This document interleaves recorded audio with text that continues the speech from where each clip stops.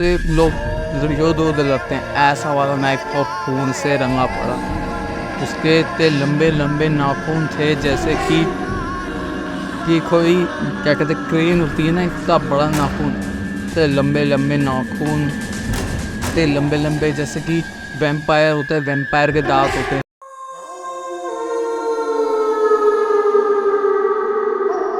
तो हे भाई डिफेला, कैसे हैं आप? आज मैं आपके लिए लेके आया हूँ मुंबई का एक शापित घर जिसका नाम था 13A। 13A फ्लैट इतना ज़्यादा शापित था जिसमें कि दो कपल थे वो फंस गए थे। बस उनकी जान पे आ रखी थी। वो लोग बचकर जैसे भागे हैं। अगर ये आप कहानी सुन लेंगे आप भी शौक हो जाएंगे कि यार सस्ती चीज़ ज़्यादा टिकाऊ नहीं होती और सस्ती चीज़ पे लोग ना जाएं और ना विश्वास करें। तो ये दो कपल थे, इन्होंने सोचा यार मुंबई में हमें एक फ्लैट है जो 13A, जिसका नाम मैंने आपको पहले बताया था। ये फ्लैट इनको बहुत सस्ते रेट में, बहुत ही कम रेट में इन्हें मिल रहा। तो इन्होंने सोचा यार हम फ्लैट को ले लेते हैं, इसमें थोड़ा मोड़ा काम वाम करवाएंगे। फ्लैट बहुत ज़्यादा बड़ा था, 3BH का फ्लैट था। ये दो लोग थे तो कह रहे यार 3BH का फ्लैट हमें 8 से 9 लाख रुपए में मिल रहा है तो हमें ले लेना चाहिए। तो इन्होंने फ्लैट ले लिया।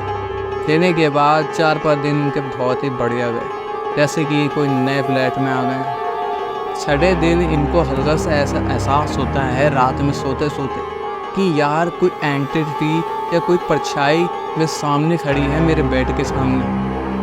तो यार ये जो राहुल था वो सोचता है यार ये कैसे हो सकता है, मतलब क्या पता मैंने सपना दे। तो जैसे ही राहुल उठा हुआ था तो देख रहा था, हटपटा के उठा था तो देख रहा था यार यहाँ तो कोई भी नहीं है। तो उसकी वाइफ थी जिसका नाम था मीना, वो एकदम चिल्लाते उड़ती है, कहते कौन है कौन है। फिर राहुल पूछता है क्या हो गया, तुम ऐसे कैसे कर रहे हो? तुमने कहा कि मेरे सामने एक एंटिटी खड़ी थी जिसका मुंह आधा जला हुआ था और आधा ठीक था, मतलब अजली। एक औरत थी जिसके हाथ में एक नाइफ था, बहुत ही ज़्यादा खतरनाक नाइफ, जिससे हम बहुत ही ज़्यादा बड़ा नाइफ नहीं होता जिसके लंबे लंबे जैसे उसके दांत। तो उसने अपने दोनों आपस में बात करी कि मुझे ये दिखा, उसने कहा कि मुझे ये दिखा। तो अगले दिन वो सोचते हैं कि यार नीचे गार्ड है, उससे पूछ के आएंगे क्या बात है यहाँ पे, कैसे क्या हो रहा है। उठे सुबह जैसे 6-7 बजे तो गार्ड के पास गए। गार्ड के पास जाने के बाद उन्होंने पूछा कि 13A फ्लैट में ये क्या होता है, हमें 5-6 दिन से तो कुछ नहीं दिखता था, अब 1 दिन हो गए हैं हमें दिखना चालू हो गया है कि कोई एंटिटी है, ब्लैक, मतलब बहुत ही ब्लैक है, आधी जली हुई है, उसके हाथ में चाकू है, खून से रंगी हुई है। तो उसके जो वहाँ का फ्लैट का चौकीदार था, गार्ड जो था, उसने बताया कि 13A फ्लैट के बारे में आपको पता नहीं है क्या? ये 13A फ्लैट में एक औरत और एक हस्बैंड रहते थे। वहाँ पर इनकी लड़ाई वड़ाई हुई थी तो हस्बैंड ने औरत का मुंह पे एसिड डालकर उसकी हत्या कर दी, जिससे कि उसका पूरा मुंह जल गया था। और उसी को जो हाथ में उसका चाकू है, उसी चाकू से उसके पेट में घोंपकर उसे मार दिया था।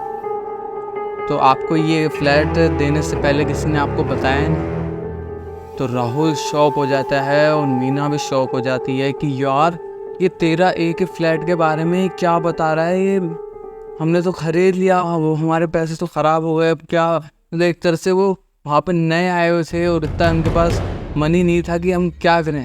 तो उन्होंने कहा यार चलो आज रात हम जैसे तैसे निपटाते हैं, कल देखेंगे किसी बाबा उबा के पास जाएंगे, उनसे पूछेंगे, उनसे सलाह लेंगे कि ये घर को कैसे शुद्ध करा सकते हैं और ये एंटिटी को कैसे भगा सकते हैं। तो वहाँ पर वो सोए, उनको रात भर वही एंटिटी दिखती रही, वो परेशान करती रही, जैसे ही उठते वहाँ पर चली जाती, लेकिन इनको रोज़ ऐसी परेशान कर रही।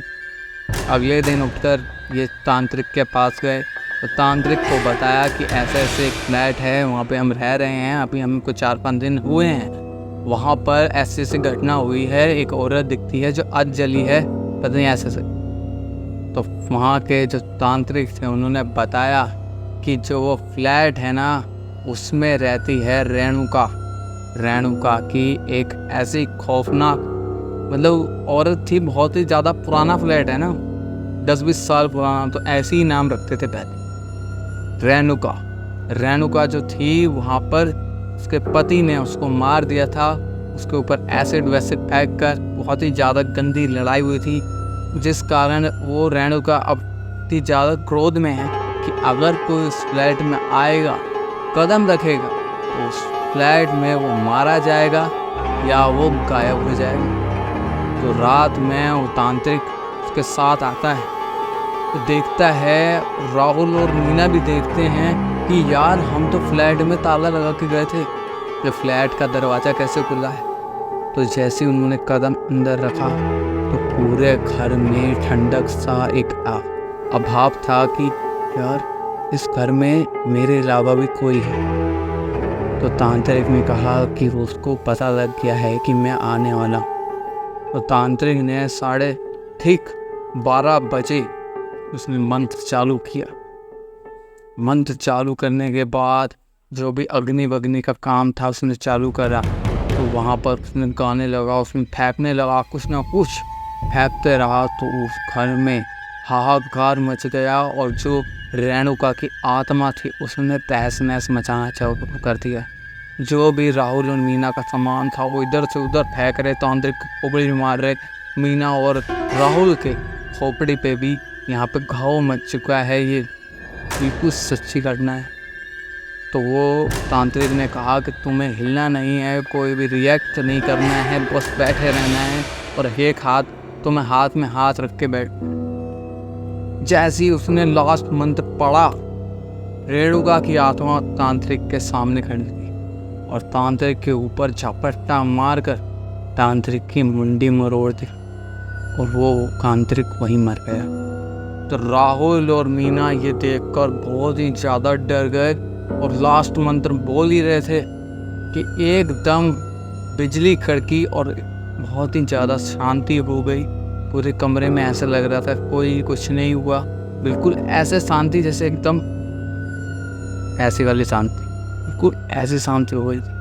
तो जो राहुल था और मीना थी उन्होंने जो दौड़ लगाई है कमरे को छोड़ने के कारण, उन्होंने आज तक वो कमरे के पास नहीं गए हैं, मतलब फ्लैट के पास नहीं गए हैं और फ्लैट आज भी ऐसे ही पड़ा है और रेणुका की आत्मा आज भी उस फ्लैट में भटकती है।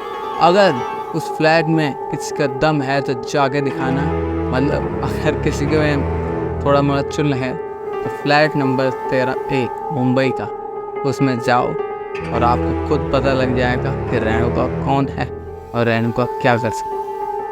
मिलते हैं दूसरी वीडियो के साथ, तब तक के लिए नमस्कार, बाय बाय, थैंक यू।